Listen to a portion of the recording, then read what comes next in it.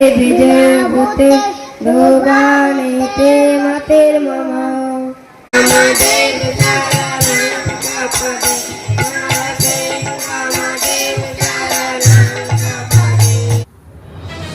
দশটি রাজ্যের জনজাতি সম্প্রদায়ের মানুষকে নিয়ে মায়াপুর ইস্কনে শুরু হলো 3 দিন ব্যাপী জনজাতি কনভেনশন। ভারতবর্ষের 10টি রাজ্যের 3000 জনজাতি সম্প্রদায়ের মানুষকে নিয়ে মায়াপুর ইস্কনে অনুষ্ঠিত হলো 8ম বর্ষব্যাপী জনজাতি সম্মেলন। 23 এপ্রিল থেকে শুরু হওয়া এই জনজাতি সম্মেলন চলবে 25 এপ্রিল পর্যন্ত।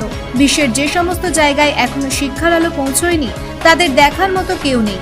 সমাজের মূল স্রোত থেকে অনেকটাই পিছিয়ে সহজ সরল জীবনযাপনে বিভিন্ন বাধার সম্মুখীন হচ্ছে সেই সমস্ত মানুষদের মধ্যে শিক্ষা, স্বাস্থ্য, পরিবেশ এবং তারা যাতে জীবনের আদর্শকে পাথেয় করে এগিয়ে যেতে পারে এবং শ্রী চৈতন্য মহাপ্রভুর প্রেম ধর্মকে অবলম্বন করে মূল স্রোতে ফিরে আসতে পারে, সমাজের পিছিয়ে পড়া মানুষ হিসেবে যাতে নিগৃহীত হতে না হয়, সমাজে যাতে মাথা উঁচু করে বাঁচতে পারে, সেই লক্ষ্যে এই জনজাতি সম্মেলন।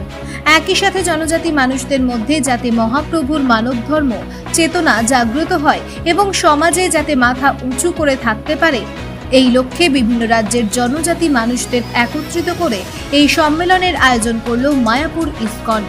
ইস্কন হেডকোয়ার্টার সিধা মায়াপুরে 8ম বার্ষিক ট্রাইবাল কনভেনশন 23, 24, 25 এপ্রিল 2000 অনুষ্ঠিত হচ্ছে। ভারতবর্ষের বিভিন্ন প্রান্ত থেকে 11টা প্রদেশ থেকে 3000 ভক্তবৃন্দ এখানে সমবেত হয়েছেন।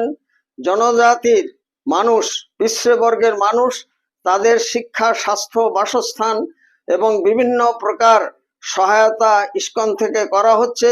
শ্রী চৈতন্য মহাপ্রভু সর্বজীবের প্রতি যে করুণা প্রদর্শন করেছিলেন এবং তারা যাতে পিছিয়ে পড়া মানুষ যাতে এগিয়ে আসতে পারে এবং তারা মূল স্রোতে ফিরে আসতে পারে, তারা সমাজের ব্রাত্য নয়, তারা যাতে উন্নত শির নিয়ে বাঁচতে পারে, সে আদর্শ নিয়ে বাঁচার জন্য সর্বস্তরের মানুষের কাছে আবেদন রাখছি। লিভ অ্যান্ড লেট লিভ, এই আদর্শ নিয়ে আপনারা এগিয়ে আসুন, এই আবেদন রাখছি।